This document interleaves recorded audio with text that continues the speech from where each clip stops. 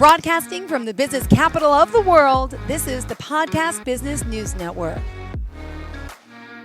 Welcome back to the show. Haley Carbajal joining us here today, the creator of 5 Steps to Alignment, based out of Flagstaff, Arizona, but helping people virtually all over the world. And I know we're going to talk a little bit about fear, stagnation, all the things that a lot of us go through, and of course, how you as the professional can help us overcome this and really, make us understand that we are here to live our best lives possible, but some people don't get this. And it's time to pick up and take action and take your guidance. Welcome back today, Haley. How are you?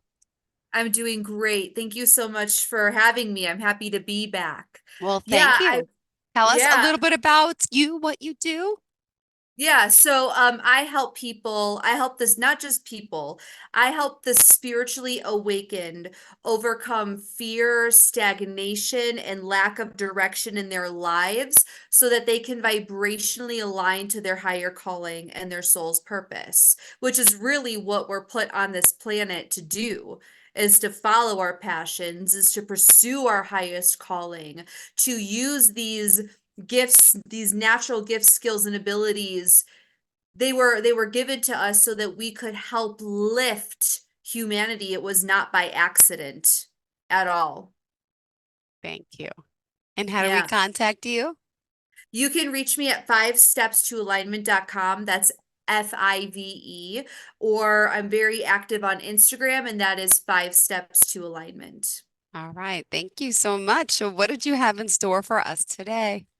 Well, I'd say, if you guys have been listening to my shows or following these shows, you've heard me say over and over that I help with fear, stagnation, lack of direction. And so I just really want to speak about those today from a higher level of consciousness, intelligence, and understanding, right? So let's first talk about fear. Now, we all should know by now, and if we don't now, you will, that fear is always going to be a part of our existence. And to deny that fear won't ever be there would actually be doing yourself more harm than good. And fear is not necessarily a bad thing, right? Just like certain levels of stress is not a bad thing, right? When we have a little bit of it, like right now, it requires us to be focused. It requires us to make sure that we're on it, right? That we're being present. And fear allows us to negate life kind of the same way. It allows us to use our discernment in moving forward, but fear should not be holding us back. It should be an opportunity to activate courage within us. So really what fear is an incongruent belief, thought cycle, or process that is incongruent with the natural self, with the natural self that you came here to be, the natural self being the person who is here to fulfill that higher calling and that soul's purpose. So where there is fear, I'm sure we've all heard this quote, where there is fear, there is your task, because where there is fear, there is the other version of you. And the highest version of you is in the parts of yourself that you avoid because you fear facing those things, either about yourself, about your life, and things like that. And in tandem with this, even pain and suffering is resisting the natural self, right? This is kind of where emotional intelligence and discernment comes in, right? Because we're very quick to judge ourselves when we're in a state of fear, or we're very quick to judge ourselves when we're in a state of feeling down or feeling a little bit depressed, or like, oh, I shouldn't be this tired. I shouldn't have this fatigue. I shouldn't require rest. I shouldn't, when we do that, we are actually keeping alive the very thing that we don't want to be engaging in, right? Yep. Because acceptance is the foundation to all healing. So if we can just accept that for a moment, we're feeling a little sadness, or we're feeling a little depressed, or we're feeling like we require rest, and we don't resist it, because in that resistance we cause pain, and in that pain we're resisting the natural self, right? Or we're denying the natural self. It's actually creating way more friction than absolutely necessary, like way more friction than necessary. So when fear comes into our lives, that's actually in the direction of your true north and what you're supposed to do, because even our triggers show us where we are not emotionally free, where Mm-hmm. we are not sovereign and whole, right? And I would imagine that would be the goal for everybody, to feel whole, to feel at oneness and peace with themselves.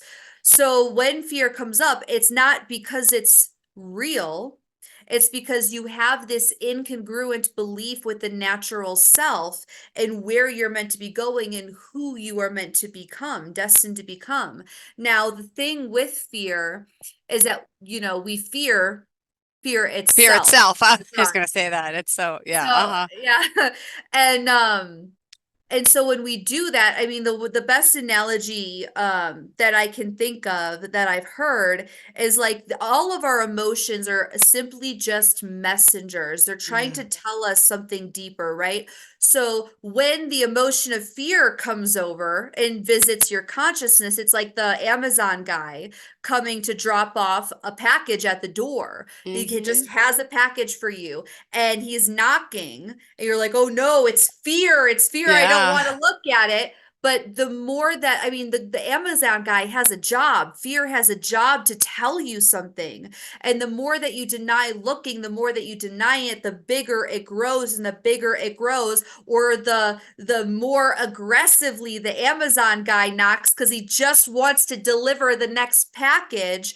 And so we're actually making it worse for ourselves and participating in our own suffering.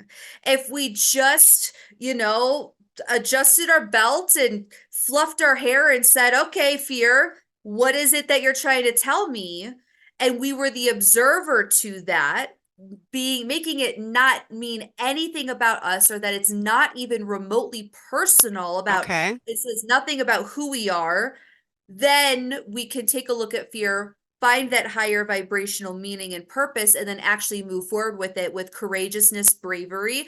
And then, like, the domino effect of that is building self-confidence, having more emotional and mental freedom and sovereignty, and having a higher level of wisdom, honestly. So there's nothing to be afraid of when fear comes forward. In fact, I would recommend, in a highly intelligent way, embracing it, because more often than not, that fear is a gift. You're just afraid to open the package because it Yeah. looks ugly on the outside, but it's really, really good and holds a lot of light on the inside. Now, Hmm. yeah, stagnation. Stagnation happens when we're either living too much in the past or in too much anxiousness about the future. That's when stagnation happens. We're either hyper focused on what went wrong in the past, or even what went right in the past. Yep. It's like, oh, well, this is where I hit levels of success then, or this is when I was happiest then, and Yeah. all of this stuff. And we get caught up in that. So we keep ourselves stuck in that time loop. And then also, paradoxically, I guess you could say, even in the future, we do that. We want to already have what it is that we're trying to manifest, or we want to already be in our happiness. We already want to be with Yep. the love of our lives, all of that, right? And so that's where we create stagnation. And we must, I mean, always, because all that there is honestly here and now. The only things about the past or worries Yeah. about the future that you keep alive, that stay alive, are the things that you keep alive. That's it. It's only you in your head that is keeping these things alive. It's only you in your head that's saying that you're not as successful as you were then, or you're not as creative as you once were then, or that you don't have this thing now. The whole talk about manifestation in the future and all of that, that's actually a whole different conversation. But what I Mm-hmm. am trying to connect is that if you're focused too much on the past or the future, that's when you can get caught in stagnation. And so the antidote to that is finding acceptance for where you are now, having gratitude for where you are now. And I know that sometimes gratitude for the now doesn't always feel like you're capable of doing it, but if you can even just have acceptance for where you are now, that is when you actually get to move forward. Because if you keep wishing this and wishing that, you're digging yourself into a deeper hole. Yeah. Therefore, it's going to be harder to dig yourself out, to get yourself out, right? So we've all seen really dark days in our lives. All of us have. Um, I really, I don't mean to sound cold when I Okay. say this, but I really don't care about what you have gone through, what you are going through. There is always something to be grateful for. There's always something to be grateful for. And until you can find it and locate it, I don't care if it's even just the fact that you're not in a hospital today, Yeah. you're not on oxygen today, that you don't need to have a pill to keep you alive, or that there is one person in your life that believes in you. Yep. I don't care what you're going through. There's always something to be grateful for. I mean, could you imagine if you didn't have your hands and you couldn't itch your nose or itch your cheek? That'd be awful. Imagine if we didn't have our teeth, right? Oh, God. So, yeah, that would be rough. So there's always something to be grateful for, and you cannot move forward with the stagnation if you keep reliving the past or living too much in the future, right? We have to accept what is and find beauty in what is, because it is there, it is available to you. It's a matter of being able to perceive it and witness it and actually receive that as well. Now, lack of direction comes from overthinking. I think that's a no-brainer, but it also comes from a lack of decisiveness or Mm-hmm. indecisiveness and not knowing yourself, not really knowing yourself. A lot of our self-image, unless you've really done the inner work and done a lot of inner reflection, a lot of our self-image is actually who people told us that we were. It's who your grandparents told you that they saw you as, or who your parents told you they saw you as, or who your teachers told you they saw you as, or maybe even your spouse and how they say they perceive you, right? And so whether it be good or bad, whatever feels like truth, we grab onto, and then we start to uh condition that as our identity. Do you really know Yeah. who you are? Do you really know who you are? Do you know why you like the things that you like? Who is the first person to tell you that you like those things? Right? For the longest time, my favorite candy was Reese's peanut butter cups. And that's because as a child, that's what I loved. And then that's all I got all the time. So, like, oh, my little Reese's peanut butter cup, right? Well, I outgrew that, but it felt wrong to like something else because the Reese's was a part of who I was, right? That came from childhood.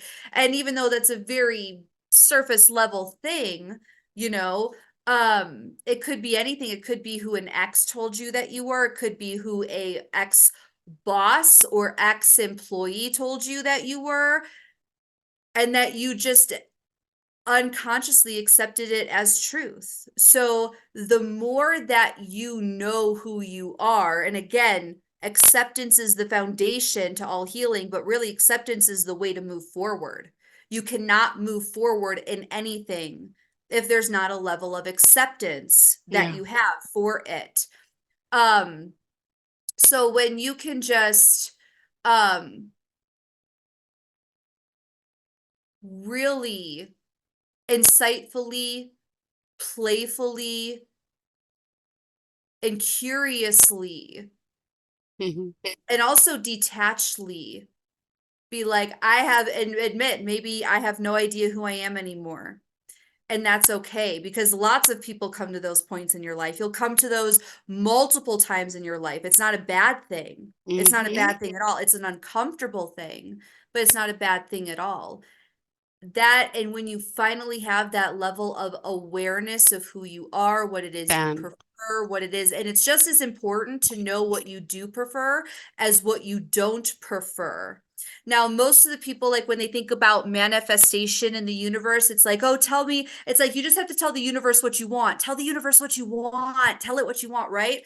You can Yeah. also tell the universe what you refuse, what you refuse to live with, what you refuse to tolerate, what you refuse, who you refuse to bring into your life, because that contrast is just as important. You know, it's nice to talk about what we desire to bring in and what we do prefer and what we do love, but it's just as important to identify what we don't want. And usually, how this whole manifestation thing works is that we get exposed to or shown something that we don't prefer Mm-hmm. first before we actually get what we do want. So even if you're facing fear, again, that's a sign you're facing your true north, you're about to get what you want, or you're getting one step closer to what you want. So just go through it, you know, fluff your hair, fix your lipstick, fix your jacket, and face it head on, right? Yep. Um, and just know that that contrast is just showing you, giving you further validation of what you don't want. You know, Yep. how do you know how you like your meat steak, your meat cooked, right? Like I love red meat. I love red meat. How do you know the way that you like it cooked if you don't try it the way that you don't like it to be cooked? You know what I mean? Did that make sense? You can connect the dots that I'm trying to say there. But how do you know the way that you like your meat cooked if Yeah. you have it in a way that's not cooked the way you like it? Got it. You're right. Yeah, yeah, I know. But no, I really just wanted to share that with people today. And just because you're in a place of fear or stagnation or lack of direction, it doesn't mean that that's where you're always going to stay unless you Yes. choose to stay there. Again, we have to take ownership for our participation in our own suffering, whether it be denying how we're feeling or self-loathing and going down the rabbit hole about how we feel. That's why emotional intelligence and discernment are really critical life skills. They really are, because you have to have the emotional intelligence. I think foundational to that is being the observer and being curious as to why this emotion is coming forward. What was the thing that triggered this emotion? And what is this emotion trying to tell me? Where is it showing me that I'm not free? What is the deeper underlying meaning? And then just letting it go, because again, you are the only one that Mm-hmm. would keep that thing alive. And then discernment, the I believe the Oxford definition is just simply to judge well. But for me, discernment is being able to look at the ripple effects of like, so let's say like you have this decision and this decision, you can see all of the ripple effects this way, all of the ripple effects this way, and use this higher intelligence to make a decision. It's not just, oh, you know, do I want to go here or go here? Yeah. It's even in the micro moments where you're using this discernment. It's reading the room, like literally second by second, and using that observer mindset and intelligence to make a decision, to either say something or not say something, to engage or not to engage, Yep. right? So and then the last thing I want to say about this, you know, whether it be fear, stagnation, or lack of direction, if it feels heavy, it's not yours to carry. If it feels heavy, it's not yours to carry. Yeah. It's not yours. It's either not congruent with the higher self, with the higher version of you, Mm-hmm. or it was passed down to you, or it was caught, right, from somebody else. You caught their belief, you took on their belief. And so if it feels heavy, It's not yours to carry. Just let it go. You would be the only one keeping that alive in your reality. Hmm. Thank you for that. All right. It's hard to do sometimes, though, right? To let it all go. Yeah, absolutely. Especially how much it depends on how much we've conditioned the thought, feeling, emotion, or pattern, right? So, um, if it's something that we've conditioned over, our lifetime, let's say something happened in our 20s and we've carried it with us into our 40s, we're going up against decades of that neurosynaptic connection being wired or being fired, right? Electrically. And so when we're going through this unlearning, relearnings, reinvention, new levels of self-discovery process, that's why I really think that that observation is so important because it's like who cares if you had that? Who cares if it's still a belief that you had? Who cares if you worked on it yesterday and it still pops up today? Like who cares? It's only your emotional tie to it and this self disappointment that Mm-hmm. would keep that thing alive. Yeah. Ah, wow. Haley, I just want you to remind everyone how we can contact you. We still have 4 minutes left in the show, but just want to make sure we mention it. I feel like we always talk and the time just goes so quick. I'm like, how can we be talking for 23 minutes already? But okay. That is kind of wild. That is kind of wild. Well, and see, and I will say, 5 steps to alignment.com. But that's the thing about time. See, we think that time is a real thing. Time is really an illusion. And time is a mirror of our vibration because when we're having fun or when we're learning something, when we're absorbing something, when we're in peace, time flies by like that because we're at a higher frequency. But when we're in sadness, boredom, depression, that's when time moves slowly. So we all each have the ability to bend time, hmm not because we're magical fairies, right? But because simply our vibration does impact this linear concept of time. Yeah. Interesting, right? Yeah. Yeah, we're doing it unconsciously anyway. You already have the power anyway. You're already doing it. It's unconscious. But if you did decide that you wanted to work with me, I have a Patreon offering. You can get spiritual mentorship and coaching for less than a Netflix subscription. You can find that information at 5stepstoalignment.com. That's FIVE steps2alignment.com, or I'm very active on Instagram and you can always reach out to me there. Perfect. And how did you want to kind of end off for today? Hmm.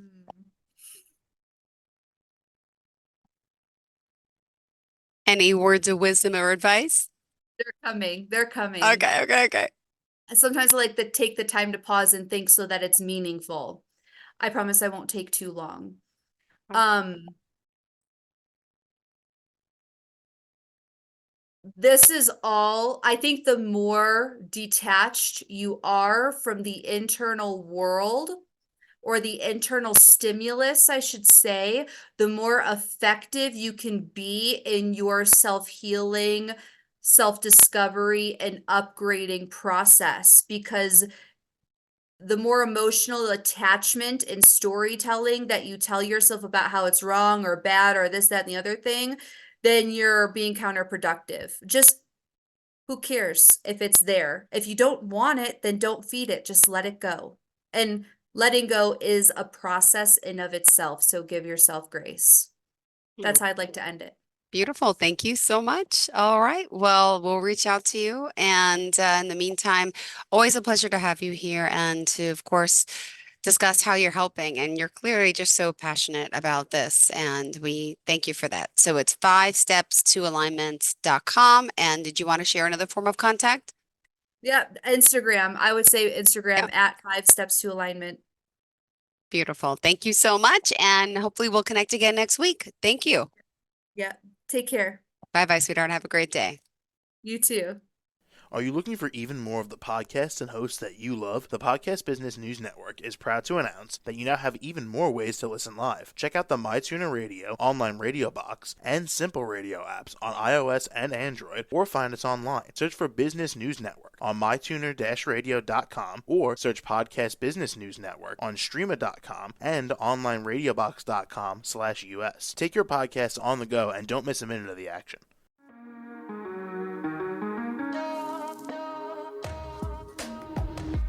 Broadcasting from the business capital of the world, this is the Podcast Business News Network.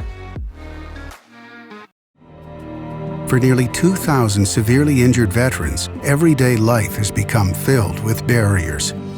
Day-to-day simple tasks can become pretty daunting. I have to carry my chair up 2 flights of steps or have somebody do it for me. What scares me the most is just the falling. When I'm struggling with my house, I think, to have that one great barrier just knocked down, it's crucial. Home for Our Troops is a wonderful nonprofit that builds a Mortgage-free, fully adaptive, handicap-accessible house. And there's no catch. It'll be our very first home that we've ever owned. This is a game changer. This is where your life begins again.